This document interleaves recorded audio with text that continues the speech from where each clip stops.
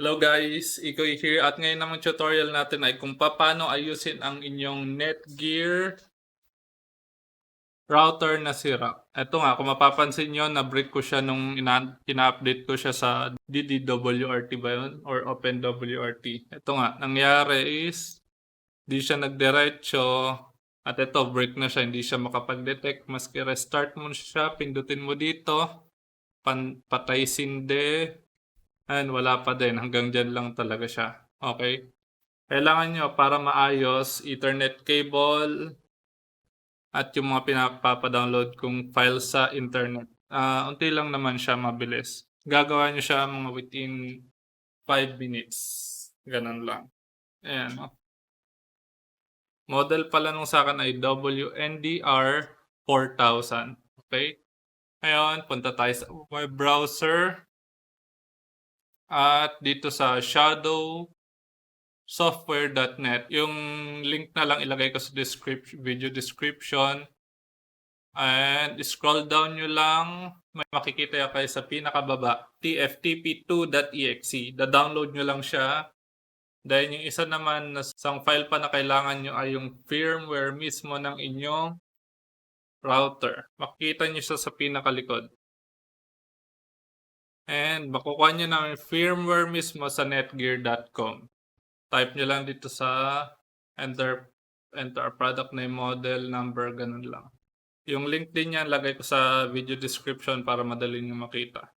And download nyo lang yung pinaka-latest na firmware para updated. Okay? Next naman natin gagawin ay i-open si network connections.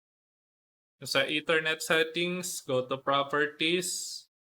Yung IP, P4, papalitan lang natin siya ng static IP. Gagawin natin. So, yung sa IP address, 192.168.1.8, submask, automatic naman siya. Default gateway, 192.168.1.1. Then press OK. Okay, next naman, punta tayo dun sa mga dinownload natin, yung tftp2.exe. Open nyo lang siya, double check nyo yung server, 192.168.1.1, then yung file name. Ito. Pipiliin lang natin yung .chk. Locate nyo lang yung pinag-downloadan nyo nung firmware na pinadownload ko. Make sure na tama yung model sa inyo para wala na ba ipang magkamali. Okay. Double click natin, then password, lagyan natin ng admin, then upgrade. Wrong. Hindi pa pala natin na ikakabit to. Tanga. Kabit lang natin siya dun sa Ethernet port. Kahit saan naman na dyan. Pag lang dun sa one port. Okay?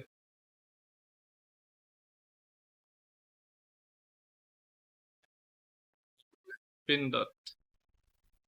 Ayan. Grading flash na siya.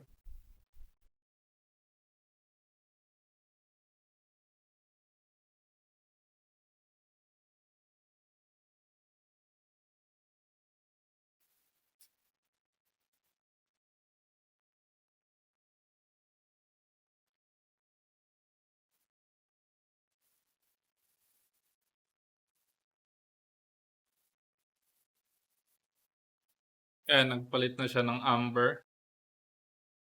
Naglo-load something. Firmware was upgraded successfully. And hintay lang natin siguro mag-load.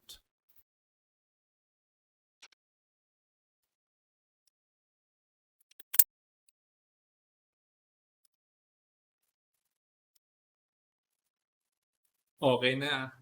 And no, meron na siya. Ano ba ito? Wi-Fi signal.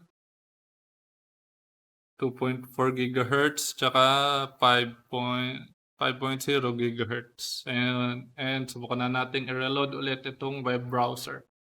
At ayun, boom! Okay na siya.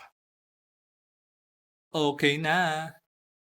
At yun, tipid tips, okay na din. Kaysa bumili kayo ng panibagong router or kung may nakatambak kayo or yung mga nasa iba, bilhin nyo na lang at i-repair nyo, di ba? Yan, okay na siya. Tada!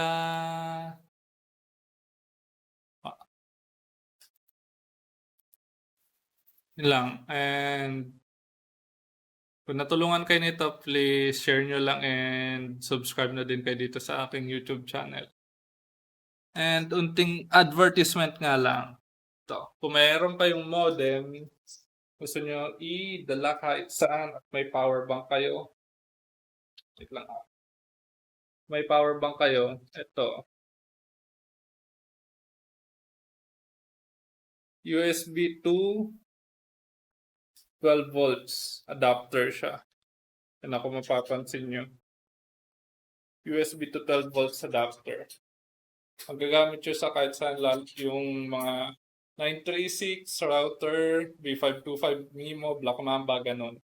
Kung interested kayo, lagay ko lang yung link sa description para makatulong din sa inyo. And bye-bye.